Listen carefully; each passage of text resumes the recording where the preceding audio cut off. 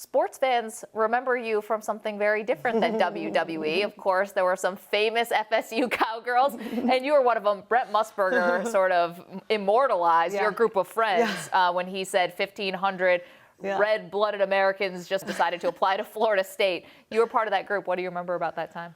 I just remember it being a crazy, crazy time. Like all of a sudden, like exposure and like somewhat of fame overnight, and just getting like endless amounts of Facebook requests, and like I couldn't even confirm everyone.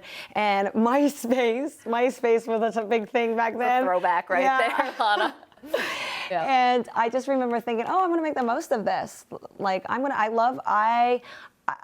love tailgating, any sports that involves tailgating. I'm like, I'm in, dressing up, wonderful.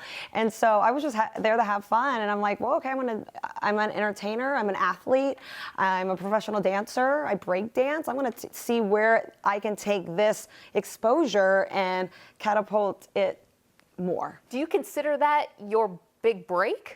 I would say I've had a lot of little breaks throughout my entire life, and I would say that was like a form of break for sure. And then I would say when I got into Pitch Perfect, and then would say like big break was WWE. Absolutely. For sure. Do you still keep in touch with Jen Sturger and some of the other FSU crew?